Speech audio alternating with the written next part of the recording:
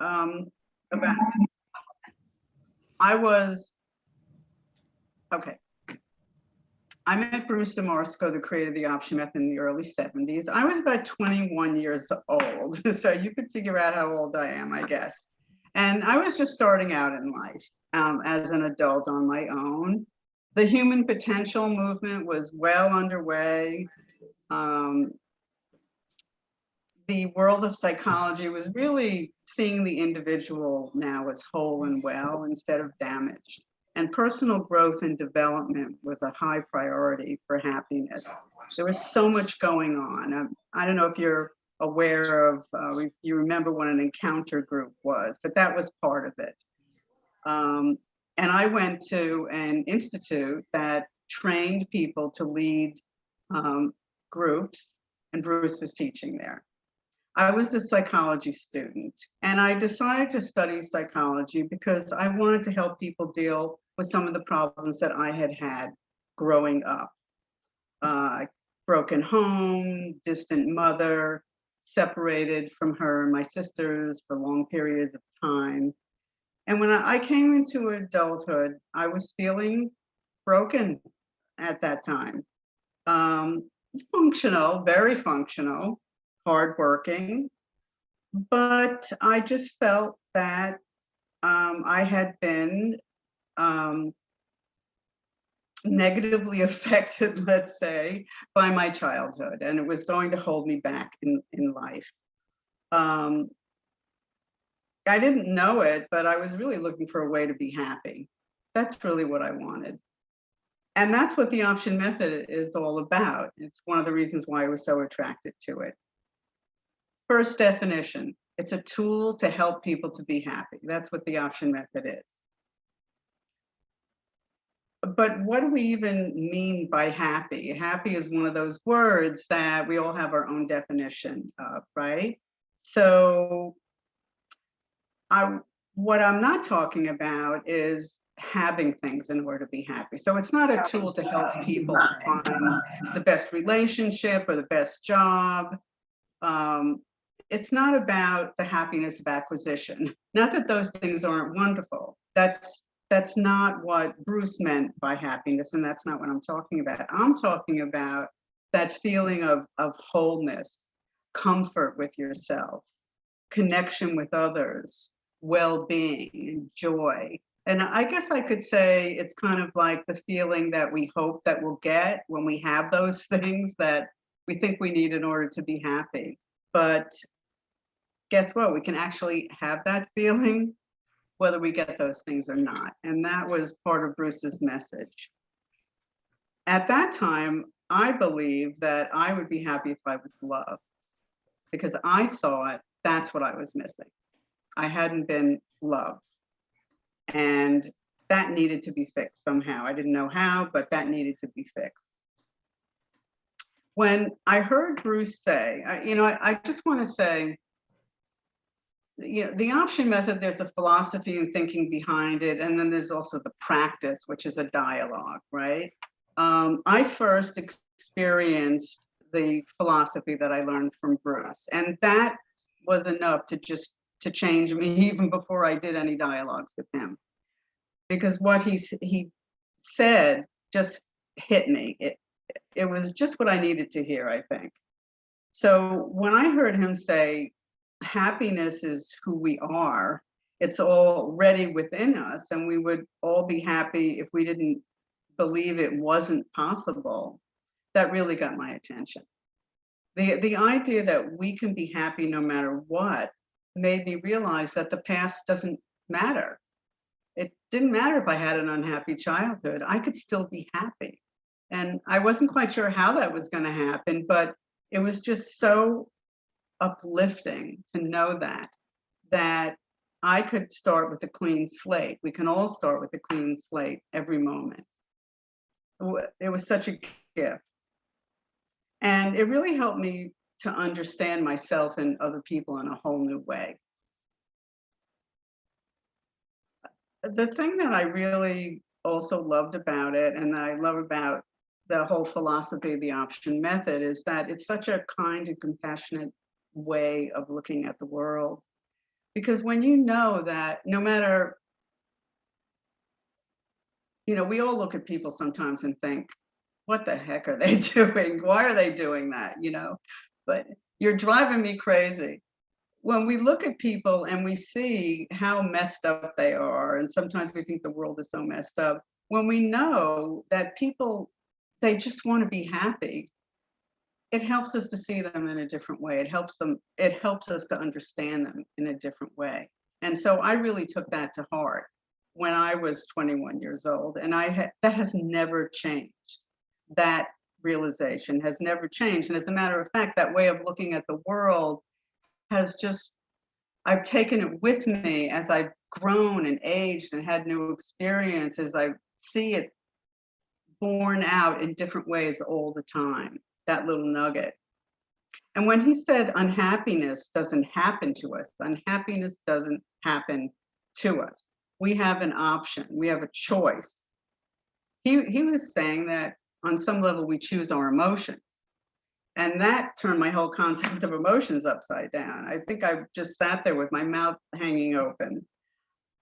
But it made me feel so emancipated and empowered. And after I met him, I just wouldn't leave him alone for 25 years. I basically studied with him. I was in the first group of people that he trained, and we were friends until he died in 1995. But that just turned my whole concept of emotions upside down, as I said. And it's really the key to how the option method can help, because unhappiness doesn't just happen to us. We have an option. The thing is, we're not aware of that. We're not aware that we're making these choices. We're not aware that we have an option. When we're unhappy, or actually when we feel all our feelings, whatever they are that we feel, it feels like it's just happening to us. We don't feel that we have a choice at all. That's the nature of unhappiness. So the option method is a questioning technique that lovingly and gently helps people to see how and why they're choosing to be unhappy, so that they can make a new choice if they want to. And that's very important, if they want to. So I'm not saying that it's bad to be unhappy, and that's not what the option method is saying. In fact, every feeling serves a purpose, no matter how miserable it is. It always serves a purpose, and that purpose is precious to us. Because we always choose to believe what's best given the circumstances. We may not know that we're choosing it, but we're really doing the best that we can for ourselves. So the option method isn't saying you should feel any way, even happy, but it's an invitation. If our feelings don't serve us anymore, if we want to think differently, if we want to feel better, well, here's some questions that can help. That's what the option method is. So what is it? It's a method for helping people to be happy by looking at how and why they choose unhappiness. So now a word about unhappiness. What is it? What kind of unhappiness can the option method help with? So Bruce used to say, any feeling you have that you don't like, that's what we're talking about. Okay, so a lot of people, when they hear the word unhappiness, they think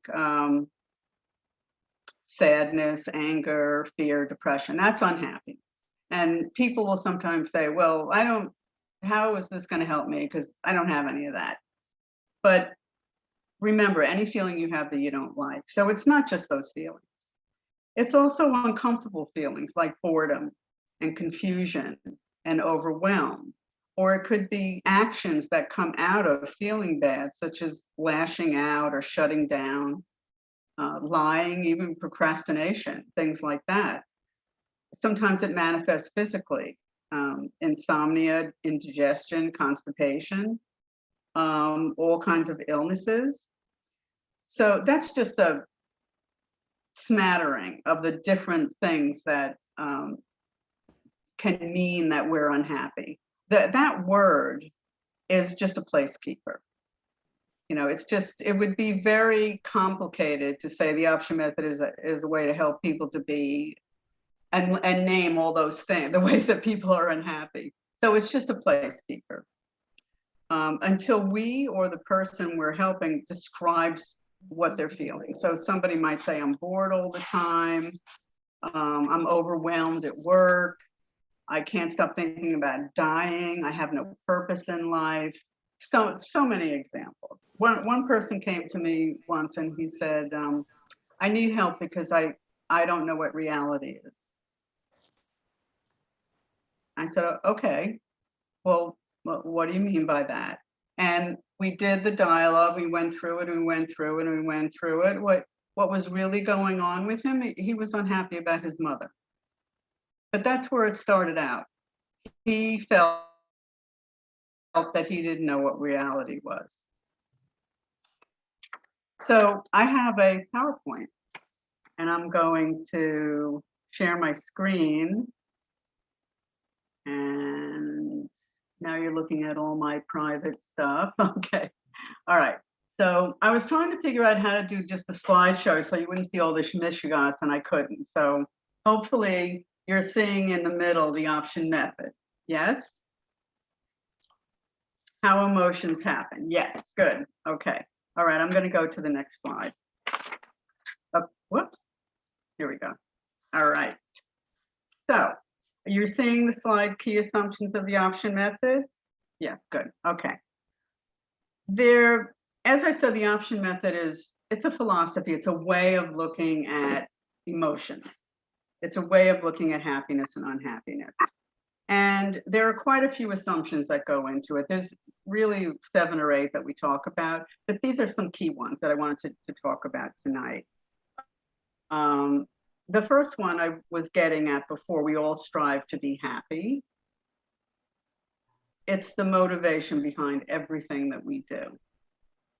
So it simplifies things so much to know that as complicated as the human mind is, it really is all about being happy. And it's something that we can depend upon. Our happiness it's kind of like I like to use the beach ball analogy. It's like a beach ball. If you have a beach ball and you're in the water, imagine that's your happiness, and you push it under the surface and it disappears and your happiness disappears. When you let it go, it comes right up again, infallibly. It will always happen. And that's what your happiness is like. You will be happy because we all want to be happy. And that's something that we keep in mind when we're working with someone or when we're working with ourselves. We know that what this is all about is that the person wants to be happy and they don't think that they can right now. The next one is that we feel according to what we believe. That feelings are not the result of events alone. I'm going to go into this more in the next slides. It really is the essence of the option method, that it's really all about beliefs, and particularly beliefs about happiness and unhappiness. So when I define the option method again, it's a tool to help people to be happy by identifying the beliefs behind unhappiness. And the next one, feelings, beliefs about feelings are future oriented. A simpler way to say that is unhappiness, future oriented. We feel now what we believe we will feel in the future. So just imagine for a moment, just close your eyes and imagine for a moment that this time tomorrow, you're going to be very, very happy. How do you feel right now? Does anyone feel good? Anyone feel happy? Yay! So, okay, now I'm going to ask you to do something less pleasant. Close your eyes and think that this time tomorrow, you are going to be really angry. and get into it a little bit. How do you feel now?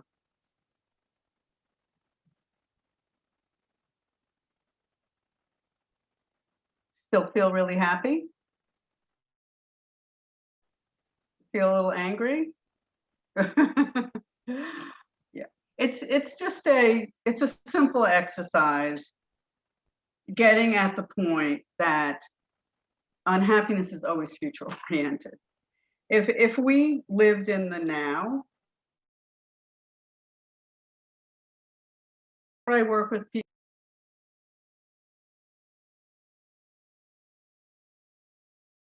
I'm going to feel bad. I feel bad now, sometimes even in order to prevent. I feel bad now because I'm anticipating feeling bad in the future. But if I have to just say how I feel right now, I'm actually okay. If I could just stay in the now. Okay.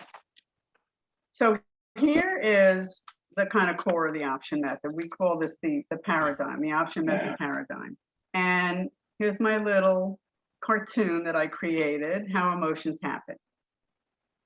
This is very simple. There's a stimulus. That's the little swirly thing. It could be internal, it could be a thought that you're having. It could be external, I just lost my job. So the stimulus is an event. Now you go into this little guy over here, based on what we believe or judge, we feel accordingly. So if we believe that that event is good, we feel good. If we believe it's bad, we feel bad. And if we don't have a feeling about it either way, we're just neutral. So what this is getting at, again, is that unhappiness just doesn't happen to us. The stimulus is not the thing that directly causes the unhappiness. There has to be a belief and a judgment. And that belief and judgment is really about our happiness. When we say something is good, we mean good for our happiness. When we say something is bad, we mean bad for our happiness. And neither, it has no effect whatsoever. So to carry this a little further, here's my little family, the Smiths. The father is Robert, Jenny is the mom, and Maya is the daughter. And the event is that Maya is going off to college. The father feels good about it. Remember, I said each person feels according to their beliefs and judgment. So Robert is overjoyed. He believes it's a good thing for Maya to go off to college. He had a wonderful college experience, and he's excited and happy for his daughter. So he feels good. The mom, Jenny, feels sad. Her little girl is growing up and leaving her. She knows it's a good idea to go to college, but she's really going to miss her. She judges the situation as bad for her happiness. And then the person walking by, the stranger, has no belief or judgment about the event, so she's neutral about it. So this is just a simple way of explaining that for any event, each person reacts according to what they believe.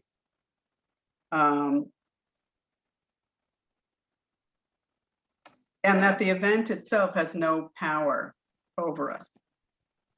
Even though it doesn't look like that, we may see people all getting unhappy in the same situation, but each person is going to have their own reasons for it. And if you look just around your own family, like just, think about how people are handling COVID, for example. Is everybody handling it exactly the same? People have different reactions to the same situation, even though their circumstances might be different, even, given that. The point is we have our own reasons. And when we can get in touch with what those reasons are, it can be incredibly liberating. It can help us to understand ourselves and others in a completely different way. For me, when I experienced the option method and I started to use it for myself, I felt after a while that I really knew myself. I wasn't confused anymore about who I was or what I wanted. And that's a pretty great thing at 21 years old or any age. So I've been talking a lot about beliefs, about happiness and unhappiness, but what do they look like? What do they sound like? Here are 6 that I wanted to put out there as an example that come up often. And there probably aren't a lot more than these 6. There's not a ton of beliefs about that people tell themselves when you really get down to the core of it. That is a reason for them to be unhappy. It really kind of boils down to these things. So I am bad for myself is a big one. There's something wrong with me is kind of another way of saying that. This one, I have to feel bad to change. That's kind of like the big kahuna belief that comes up a lot. Often it's expressed as, if I didn't feel bad, I wouldn't care. Kind of hold a gun to their head to get themselves to change, or to feel fear in order to change. And that's a belief. The next one, things, me, you, circumstances should be different. Things should be different is another belief that is often behind unhappiness. The next one, I'm sorry, this is a little hard to read. My past defines me. This comes up. Sorry? Okay. My past defines me. That's something that comes up a lot when people actually see what the belief is. The first thing they'll say is, and when I ask them, what if you didn't believe that? But I believed that my whole life. So they believe that they're defined by the past. And it's not true. It's just a belief. And the last one, my wanting doesn't get me anywhere. So a lot of the reasons why people are unhappy is because they put their own wanting down. So if you're ever in a situation where you just feel awful and you just stop and ask yourself, what do I want right now? It'll feel fantastic if you can get in touch with it. Because a lot of times when we're unhappy, we're not allowing ourselves to want what we want. We think that there's other things going on. We think that we have to feel bad. There's all the beliefs going on, and our wanting just gets completely submerged. So those are just some examples. And when we talk about getting to the core belief and questioning the core belief, this is the kind of thing that we're talking about. There are other kinds of beliefs that matter. I would call them more like practical beliefs, such as we're all sitting here right now feeling very comfortable and safe. But if you smelled smoke, you wouldn't be feeling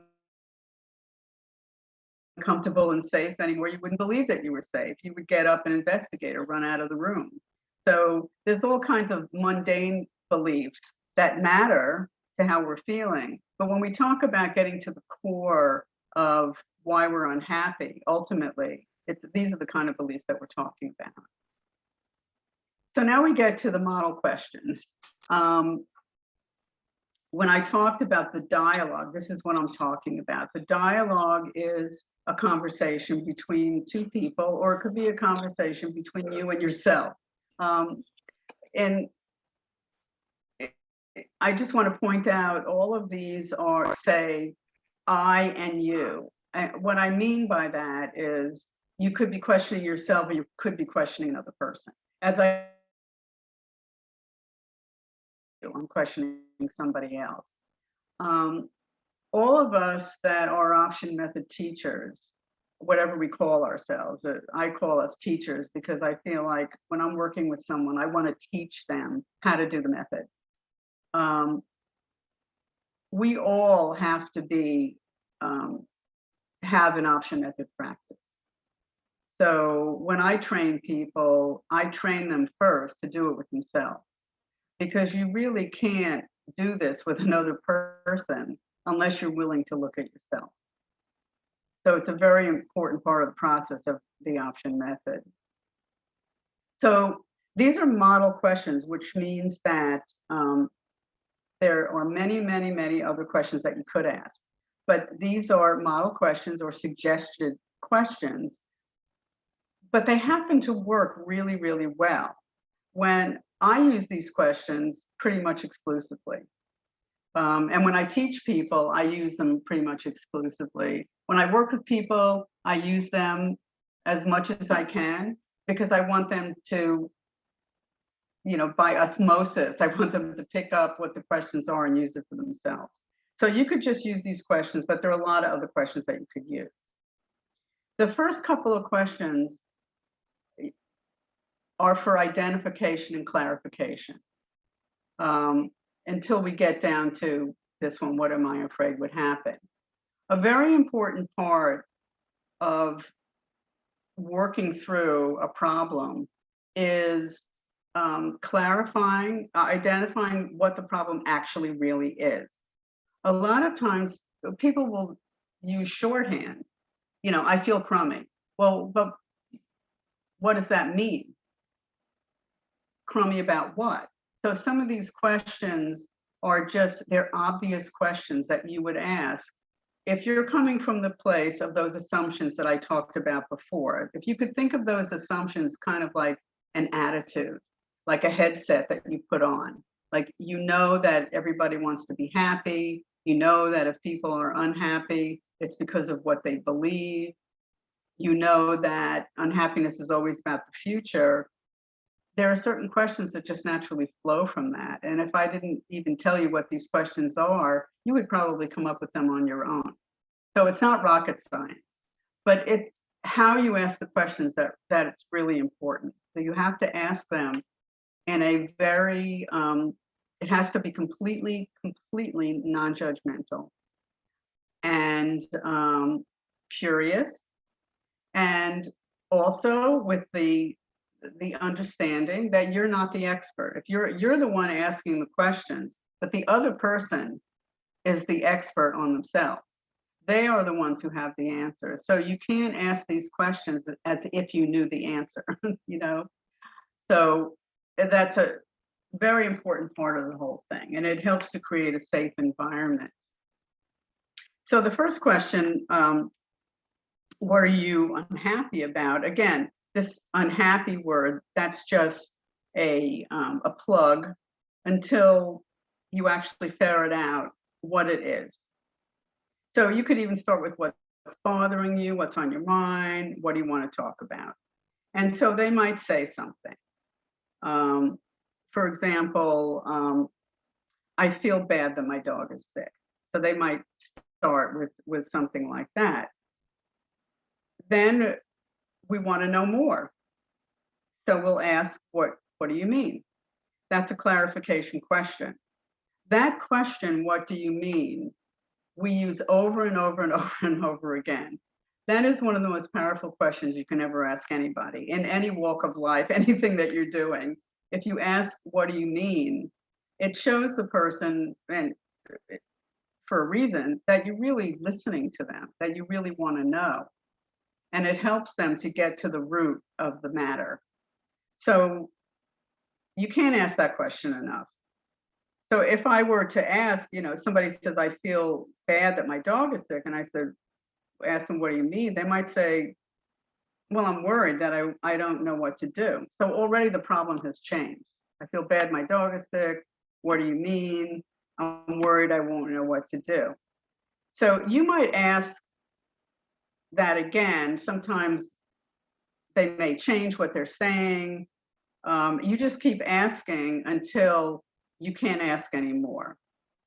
And at some point, you'll ask, what is there about that makes me unhappy? But that makes you unhappy? That's designed to just go deeper and deeper into it. So if somebody says, I feel bad that my dog is sick, you might say, and they say, I'm worried that I won't know what to do. You could ask them, well, what is there about that you're worried about, or whatever word they use, and they'll tell you more. They may say something like, well, I'm afraid that the dog will die. And so now you've progressed with what it is that they're really worried about. This first part of these identification clarification questions, my sessions are an hour. I could spend the whole hour just on these identification clarification questions, depending on where the person is, because sometimes it's complicated. You know, the issue is not, it's not right there at hand. It's not really all that clear to a person. You know, somebody might say, I just feel crummy when I wake up in the morning. So it may take a while to find out, well, what is it that's really on your mind? So when we feel like we've really identified it enough, then we can get to the other questions. Why? So it's only after we've exhausted the what that we get to the why. And the why directly questions unhappiness. So if they say, you know, I'm worried that my dog would die, you know, why is that something to worry about? And then you go into it more, but you're directly questioning the unhappiness. And you use the what do I mean question again if you need to do that. And when you get to the point where you've exhausted the issue and there's really nothing more to say about it and you've gone as far as you can, then you'll ask this question: what am I afraid it would mean if I were not unhappy about that, or not worried about it, or devastated about it, or whatever word the person is using? This question directly questions the unhappiness, and it really reveals the motivation behind the unhappiness, because unhappiness always has a motivation. As I said in the very beginning, our feelings, we choose our feelings because we believe it's the best way to feel.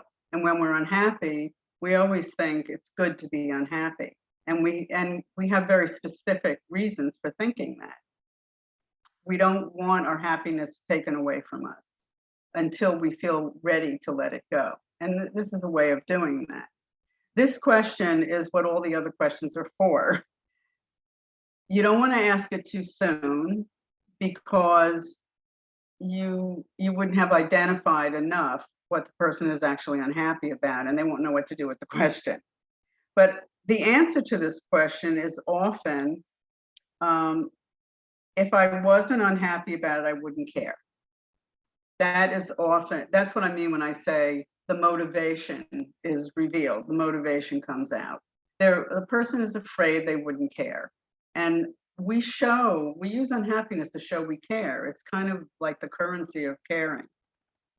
But what if you don't want to be unhappy? How would you love to show that you care? And all of a sudden that can open up a lot of other possibilities, other ways of feeling. And we can get there by asking, well, why would it have to mean that? Why would it have to mean you don't care? So that gives an opportunity to question the reason for unhappiness in a very loving, gentle way. Not to say it's wrong, but again, it's an invitation. If you'd like to think differently, here's a possibility. And then the last question, do I still believe being happy would be bad for me right now? That's just a test to see whether, is there anything still hanging on? So that's all I want to say about the questions right now. I'll do a demonstration if anyone is willing, and you can see how they work. We do. If you unscreen share, we have our friend Donna offered to, and I was gonna. Donna offered to do this, and now I just have to find her. Unmute yourself. Yeah, unmute yourself, and Well, I want to do I'm it going too. to. Okay, and I'm going to. It's interesting. Pin you. Can I pin you? Let's see. Brave. Let's see. Brave Am I able one. to do that? No, I want to spotlight. We'll see. I wanted to spotlight. Wait, I was going to spotlight you, and I wanted to spotlight Donna. How can I do that? I should have been able to. Don't look at me. I don't know how to do it. I don't either. No, I do it all the time, but it's not. Oh, really? Okay. Okay. Anyway, let's see. Let's see. While you're doing that, I want to say something Sure. about how people, I keep talking about this is how you do the option method, but it takes study to learn how to do it. But Mm-hmm. most people learn how to do it by working with a teacher. So yeah. And you do sessions with a teacher. And when I work with people, I teach people how to do this. And I do tutorials and I do classes and I do workshops. I do all that stuff. But it's in your sessions that you really pick it up. There we go. Oh, there's oh, great. Okay, there. Woo! Okay. Oh boy.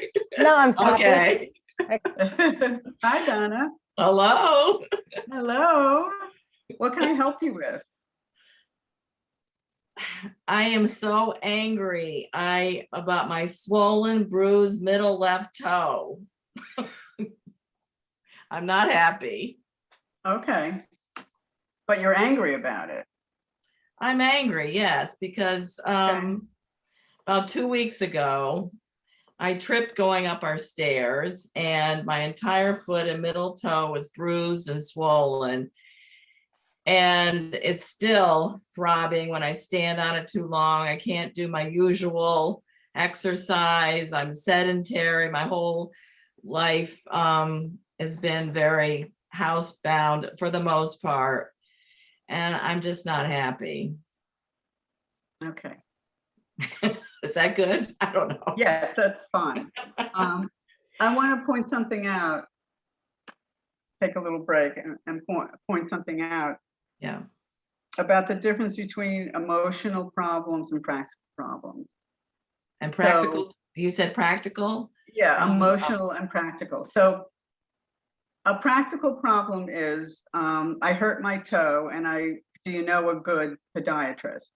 It's just you hurt your toe, you just want to figure out what to do about it. An emotional problem is I'm angry or I feel bad, right? And so in using the option method, we try to turn emotional problems into practical problems, and that can happen. Okay, so getting back to you, so you've already told me what you're angry about. It's pretty clear. I don't feel like I need to ask you what do you mean yet. So I'm going to ask you, what is there about hurting your toe in the way that you did that's a reason for you to be angry right now? Well, I've had chronic health issues for 24 years, and I have been working really hard to heal myself. And I've gotten to the point where I get to a certain point, I reach a plateau, and then go along. And it's not a straight line, but I was so close. And with exercise, that's another part of my energy and everything else. And then this happens and it feels like I'm a failure, like I'm a setback again. And I'm just very frustrated. It's just taking so long. And I'm trying to just stay positive and know that it'll eventually heal. But at this point, I'm kind of sedentary and I'm having a pity party with myself. Okay. And this has happened before. I've fallen down the stairs. I hit my tailbone. I mean, it's not like I haven't done this before, but anyway, it just feels stupid. Yeah. So you mentioned that you're a failure. Yeah. So what do you mean by that? How, because you hurt your toe, does that mean that you're a failure? Because I'm on this trajectory of healing. My blood work is normal for the first time in so many years, and and I'm just getting so encouraged. I'm just hanging in there, and this happens, and I go, oh, why does this have to happen? Why? I just want to keep going because I've been walking like 4 miles a day with girlfriends and connecting with girlfriends and. Just it helps me get through COVID. because I get energy from people, and now I'm stuck in the house, and I'm not real happy. So, but when you say you're not real happy, are you saying that you're not happy about being stuck in the house, or are you you're not happy about hurting your toe? I'm really not happy the way I feel with not exercising. All of a sudden, when you stop exercising and you're sitting and you can't really stand that long because it starts throbbing, and you're putting, you're lifting I feel like an invalid. I feel like I'm worthless. Okay. So why, if you're not able to do things physically right now, why do you feel that means that you're worthless? I'm gonna have a big birthday this year, and I'm feeling like I don't want to be an old lady. And I want to just hold on to my youth as much as possible. Okay. And I have a 94-year-old mother that has Alzheimer's, and she's in a wheelchair, and so I'm thinking, oh gosh, I hope I didn't break any bones, or I'm just going off into this thing. So Okay. yeah. So, as you said, you're having a pity party. Mm-hmm. I know it. I'm going to ask a question that's not on the list. Oh, God. Okay. Okay. Remember I said there are other questions. What do you get out of that? I think it releases some of the anxiety, it releases some of the anxiety that I'm feeling, and the fear that it might be some, worse. It may not heal, may be broken, yet I don't want to go to the doctor because all they'll do is tape the toe. So I don't even want to bother with that. And I'm just feeling sorry for myself. So why, if it was broken, why would that be something to be afraid of? Well, I think it would take longer to heal. I just don't have a lot of patience. Okay. I don't have a lot of patience. Okay. So what would it mean? What would it mean if you did have patience?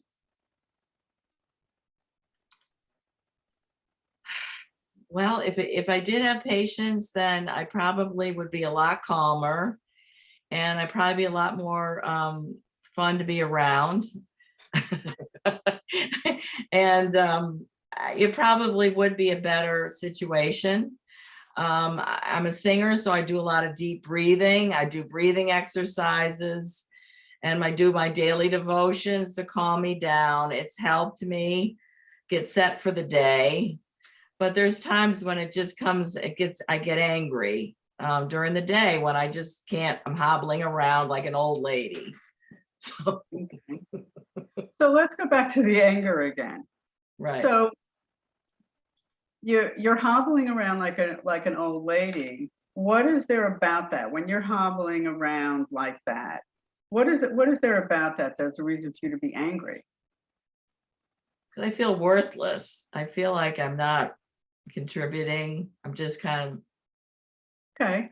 there, taking Well, up space.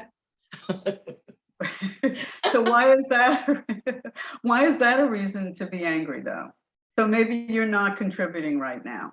Right. Well, I'm a Why type is it A. a reason to be I'm a angry? type A personality, and I'm used to performing, and I'm used to contributing. And when I can't, I feel less than.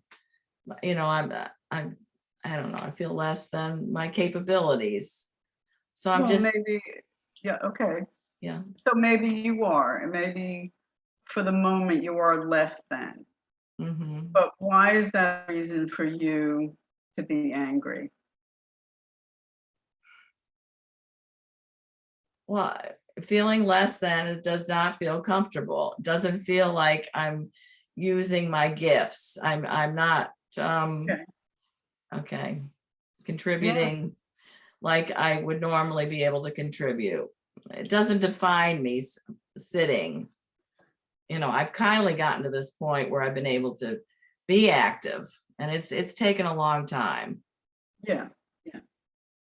So do you think that less than is a judgment on yourself? Oh, absolutely. Sure Why it are is. why are you making that judgment back? Well, it's well, as you said, you're identified from the past. Well, this is where Yeah. it comes from the past. I've had all this pressure on me to perform in my family. So, Okay. yeah, my But mom, yeah, yeah, go ahead. well, even though in the past that's been true, what about now? What pressure is there on you now to perform? It's internal. It's internal pressure.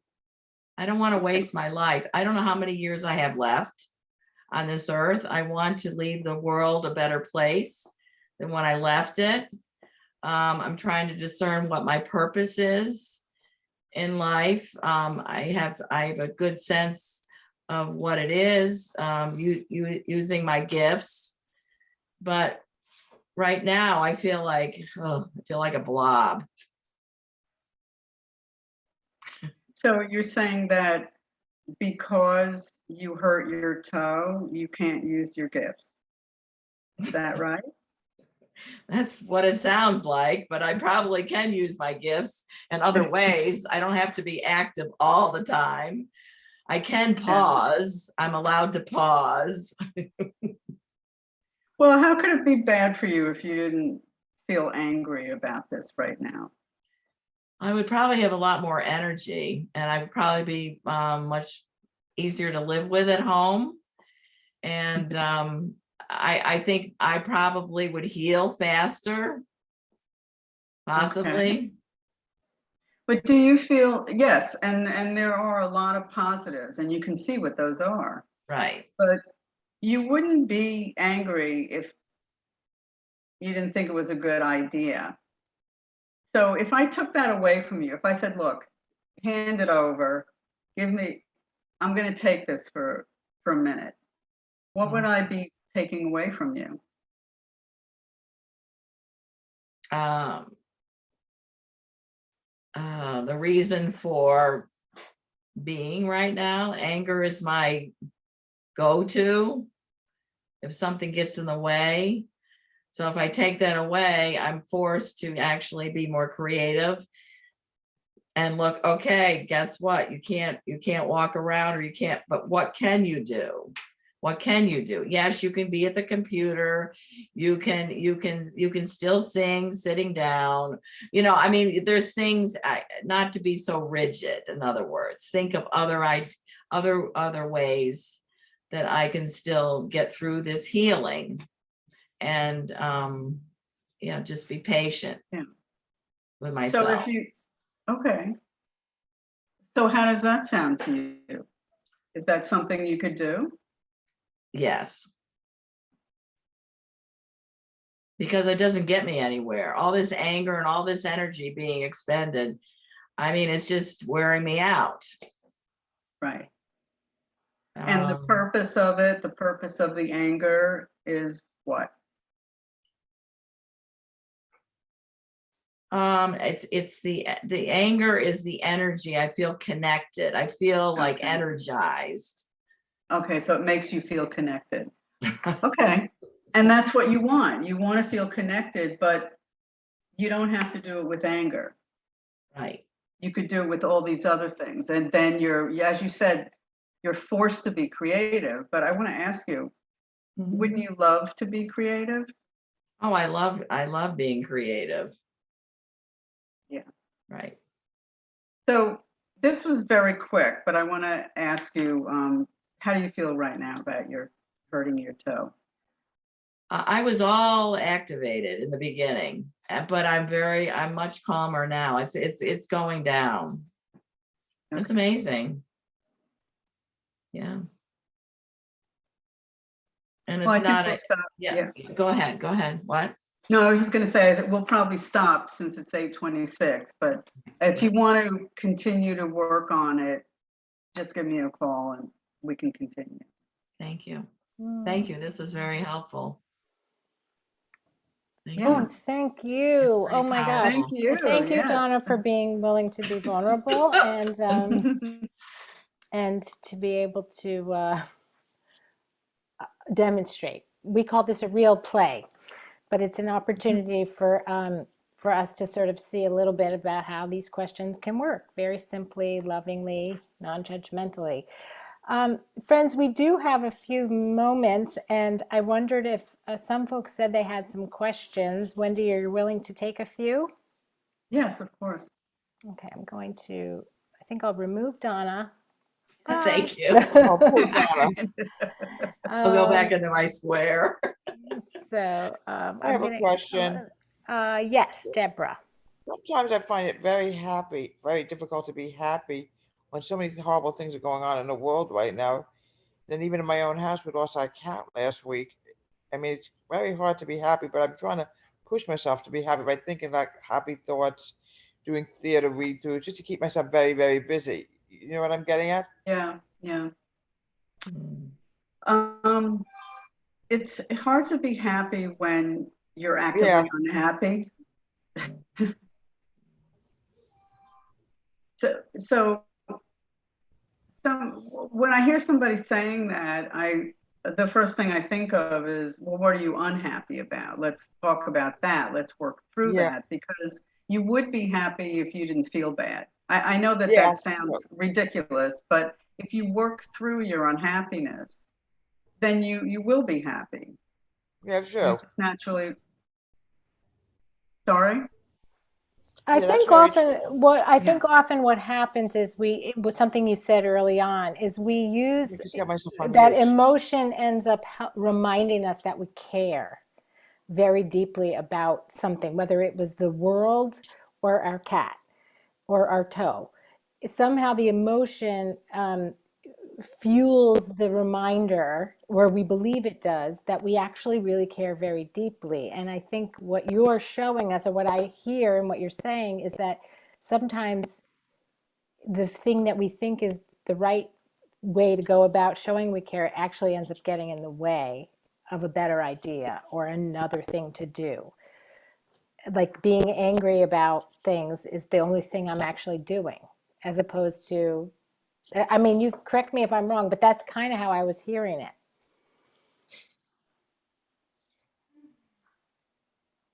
Right. You talking to Donna? Oh, no, I was talking to you. Oh, yeah.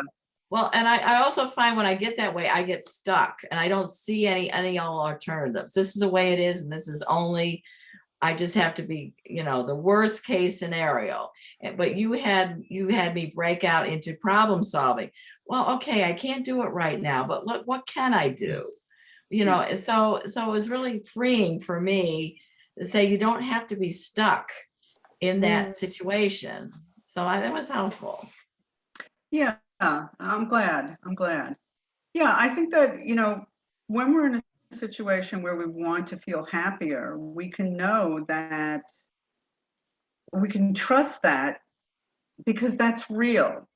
Even though we're unhappy, we do want to be happier because it's who we are. And we would be happy if we allowed ourselves to be happy. And usually, if we could just be with ourselves, it would pass without doing anything, because it's natural to us. If we're willing to let it go. Sometimes we're not willing to let things go, and we hold on to things, and there's that whole thing about the past, and we have to go through a certain period of time and all of that.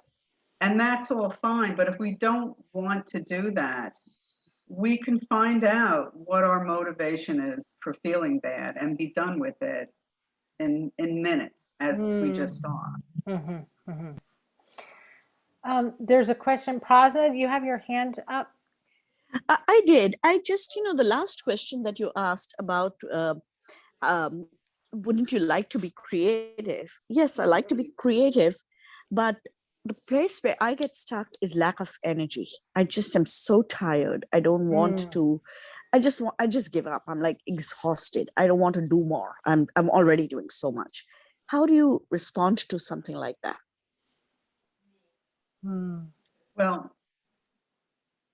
I would ask what that is about.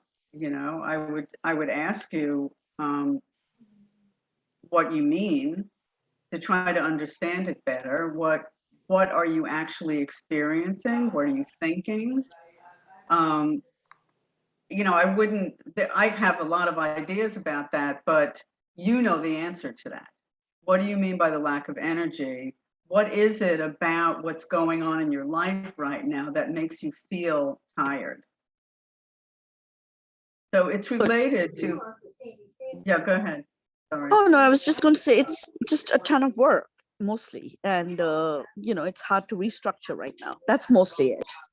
Yeah, yeah. So again, that's an example of there are practical problems and there are emotional problems. So the practical problem is the mountain of work and it's hard to restructure things. The emotional problem is, that's the emotional part of it. You can control the emotional part of it. You might not be able to control the amount of work, or maybe you can.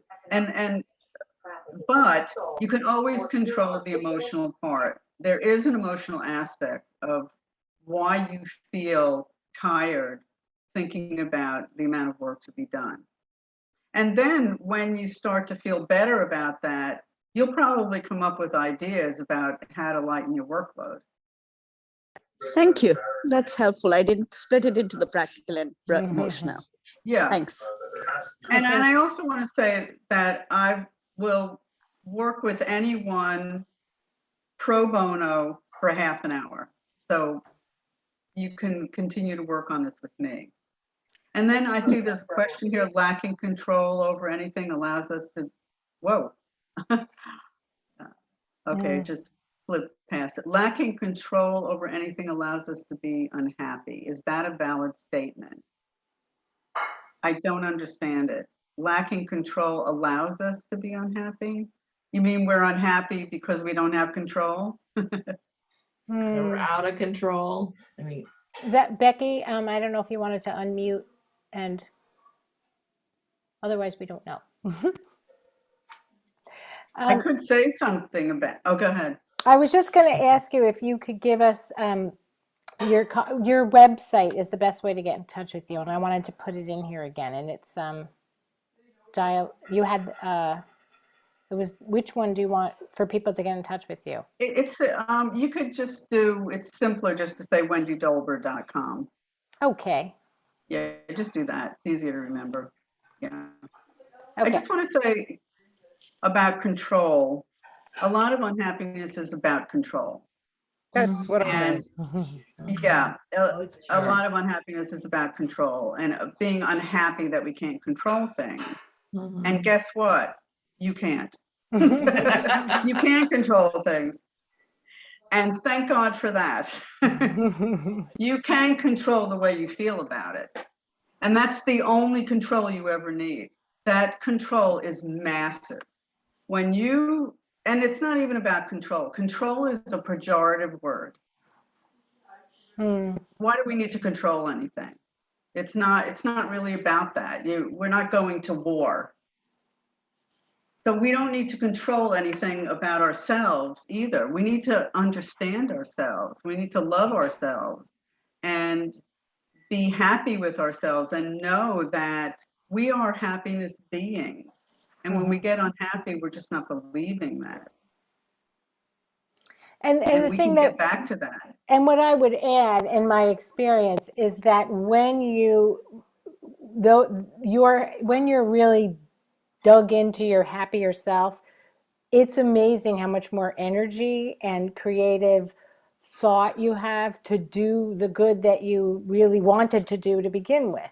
That it opens, in my experience, it opens up a lot when you realize, oh, I have a choice about how I'm responding to this particular situation. And then suddenly there's a weight lifted and you find yourself probably doing a lot more of the things that you were just feeling like frustrated that you had no control over. So I didn't want to have the last word, but I am aware that it's 8:36 and we are usually just super on time, covenanting to be together for an hour. But I thank you so much, honestly, for just your willingness to share so much of your wisdom with us this evening. It helps us go a long way into our goal of being well, mind, body, and spirit, as we saw. And thank you, Donna, for your willingness to participate. Friends, I hope that if you would like to reach out to Wendy, take her up on her offer and seek her out through her website. I think you're going to be happy. Happy you did. Look at that. Instant. Friends, we look I forward just want to say Yep, it's, go ahead. you can email me at wdolber@gmail.com. At gmail.com. I'm putting that in there. Good, thank you. So our final wish for you always as we leave this evening is that you be well. And we hope to see you next week. Blessings, Thank you, everyone. Thank you. Thank you. Thank you so much, Wendy. Thank you. You're welcome. Thank Thank you. you. Appreciate Thank you it. so much. It was, Thanks. I learned a lot tonight. Thank you so much. Thanks so much, everybody, You're especially welcome. Donna and Wendy. Thanks. Thank you so much, Welcome. Wendy. You're welcome. I'll let My you look at pleasure. all these nice thank yous popping Very up. sweet. That's fun. So, namaste. Namaste.